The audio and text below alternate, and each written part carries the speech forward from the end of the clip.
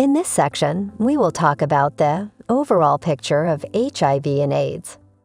This is the structure of HIV, as we have already discussed that it has glycoprotein 41, glycoprotein 120, and RNA.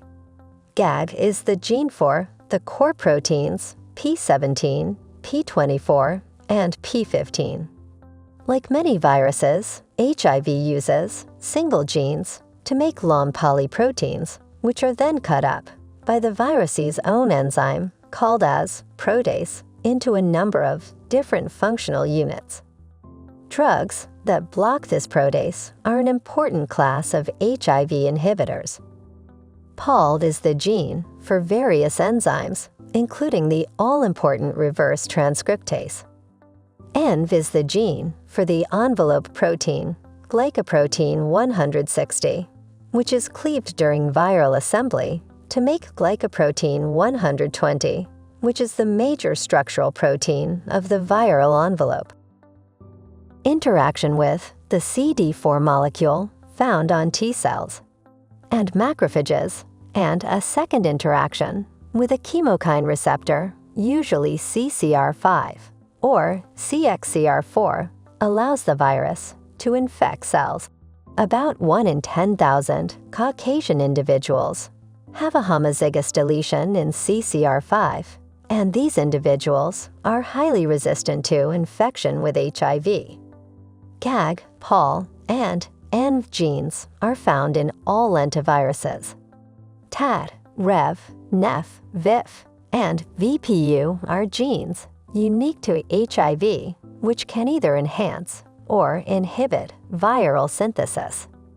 Several of these molecules also antagonize cellular defense systems.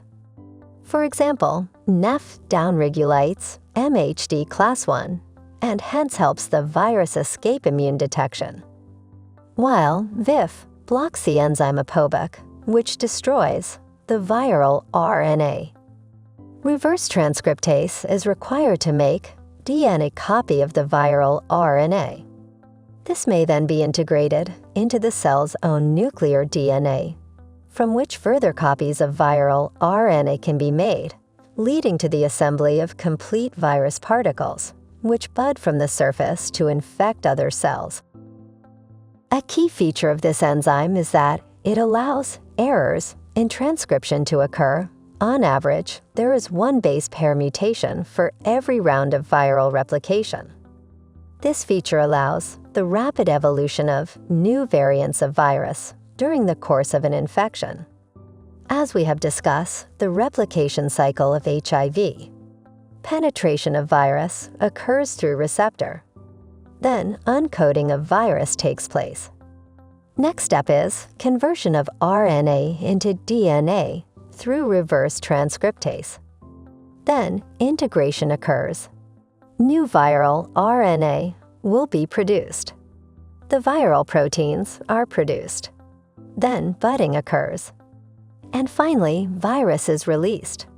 Acute infection will occur, so a few weeks after HIV infection, some patients develop a flu-like or glandular fever-like illness, although many remain symptomless. This is associated with a rapid rise in the level of virus in blood. During these weeks, infected individuals rapidly develop antibody to HIV, which is routinely used for diagnosis. A very strong cellular cytotoxic T cell response also develops, which decreases the amount of virus in blood or viral load to a much lower and sometimes undetectable level. However, during this early phase, there is also massive destruction of CD4 cells, predominantly in gut tissue. The mechanisms remain unclear.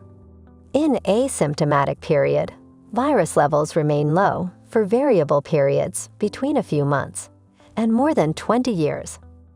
During this period, infected individuals show few symptoms, although the number of CD4 plus T cells falls gradually. Despite this apparent latency, virus is in fact replicating rapidly and continuously, mainly within lymph nodes And there is an enormous turnover of CD4 plus T cells as infected cells die and are replaced. There may be a stage of progressive generalized lymphadenopathy. In symptomatic period, patients develop a variety of symptoms, including recurrent candida infections, night sweats, oral hairy leukoplakia, and peripheral neuropathy, called as AIDS-related complex. In AIDS, the full pattern includes the above plus severe life-threatening opportunistic infections or tumors. In some patients, cerebral symptoms predominate. Almost every HIV-infected patient eventually progresses to AIDS. In 2009, there were estimated to be 33 million individuals infected with HIV worldwide and over 2 million deaths from the disease, although the numbers of infected people appear to have reached a plateau.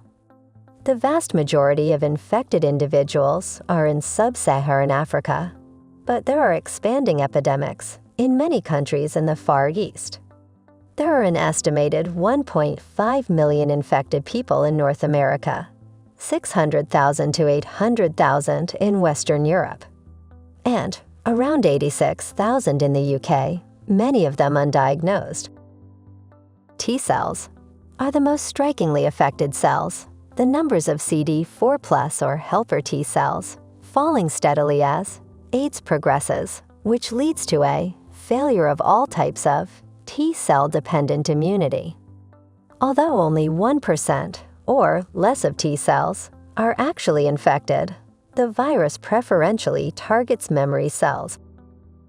Macrophages and the related antigen-presenting cells, brain microglia, are probably a main reservoir of HIV and are usually the initial cell type to become infected.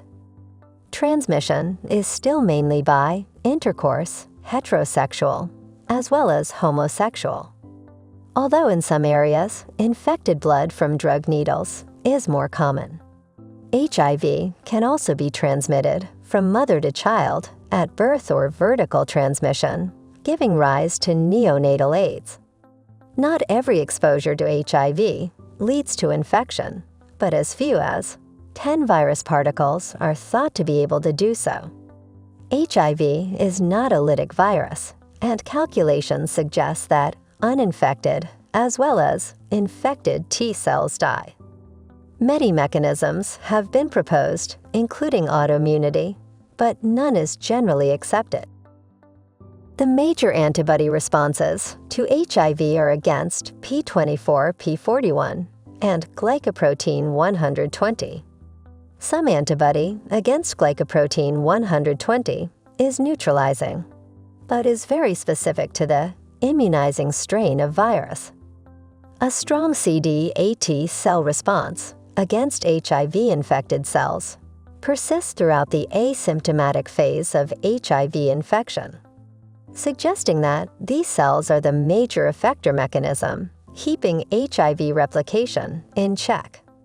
Several innate mechanisms that may have a role in limiting lentivirus replication have been described. The molecules involved are often referred to as restriction factors. RNA, or DNA-modifying enzyme, related to the one believed to be involved in somatic hypermutation, can provide protection by causing lethal mutations in viral nucleic acids. A cellular protein called TRIM5 acts at the stage of viral encoding, while a membrane protein called tetherin inhibits the ability of newly formed virus to bud off from the cell surface. But HIV appears to have evolved ways of escaping all of them. AIDS is defined by the occurrence of opportunistic infections, such as Candida esophagitis, Pneumocystis carinii pneumonia, or oral hairy leukoplakia. Kaposi's sarcoma is a disseminated skin tumor thought to originate from the endothelium of lymphatics. It is caused by human herpes virus, although it is still not clear why it is more common in AIDS than in other immunodeficient conditions. In case of therapy, early drugs used for treatment against HIV were inhibitors of viral reverse transcriptase, such as zidovudine. Treatment with a single drug provides only very short-term benefit, as the virus mutates so fast that resistant strains soon emerge. However, the development of new families of drugs, for example, against the HIV-specific Protease, allowed the introduction of multidrug therapy known as HAART, or highly active antiretroviral therapy, inhibits enzyme, such as reverse transcriptase.